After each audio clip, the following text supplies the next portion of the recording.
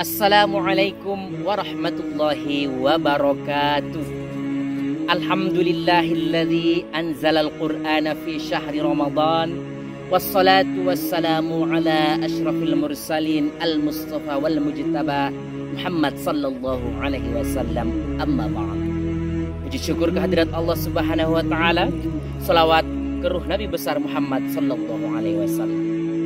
Ke rumah tetangga memetik kue ini dimakan ulul dan ustaz.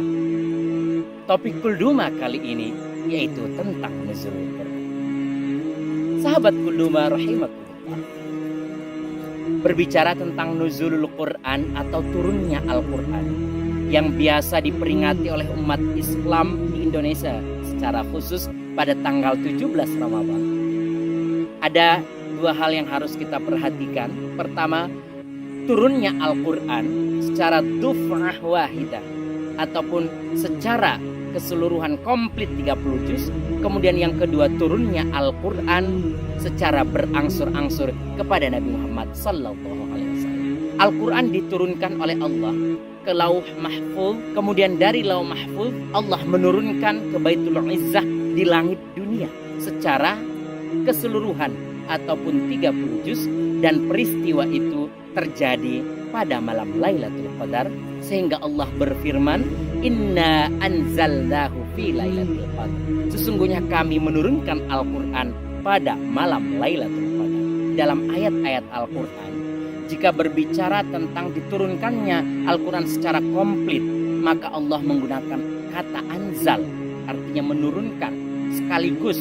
Seperti tadi, Inna anzalnahu, kami menurunkannya Al-Quran sekaligus. Jika kita menemukan Al-Quran berbicara tentang diturunkan secara berangsur-angsur, maka kata yang digunakan adalah nazzal dengan huruf zai bertasydid. Misalkan dalam Al-Quran, Inna nahnu nazzalna dzikra wa inna lahu lahafidun. Sesungguhnya kami menurunkan az-zikra.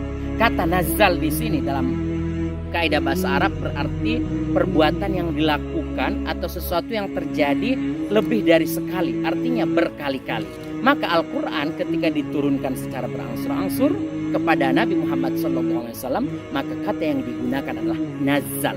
Sementara Al-Quran ketika diturunkan secara sekaligus ke langit dunia, maka Allah menggunakan kata anzal. Sementara yang kedua, diturunkannya Al-Quran secara berangsur-angsur kepada Rasulullah Sallallahu Alaihi Wasallam melalui perantara malaikat Jibril ketika Rasulullah Sallallahu Alaihi Wasallam berada di Gua Hira, dan surah yang pertama diturunkan kepada beliau adalah surah Al-Alaq ayat 1 sampai 5. Nah, kemudian adapun untuk tanggal diturunkannya Al-Quran ataupun surah yang pertama kepada Rasulullah Sallallahu Alaihi Wasallam itu juga tanggalnya masih dalam perdebatan. Artinya banyak pendapat. Namun sahabat kulduma yang dirahmati oleh Allah Subhanahu wa taala, terlepas dari semua itu, maka umat Islam telah memperingati nuzulul Quran pada 17 Ramadan, dan itu tidak salah. Nah, tetapi yang harus kita perhatikan adalah bukan tentang tanggal dan kapan diturunkannya Al-Quran, tapi yang paling penting adalah bagaimana kita bisa mengambil Al-Quran sebagai pedoman hidup kita, dan bagaimana kita bisa mengaplikasikan tuntunan-tuntunan dari Al-Quran dalam kehidupan kita. Semoga bermanfaat. Wassalamualaikum warahmatullahi wabarakatuh.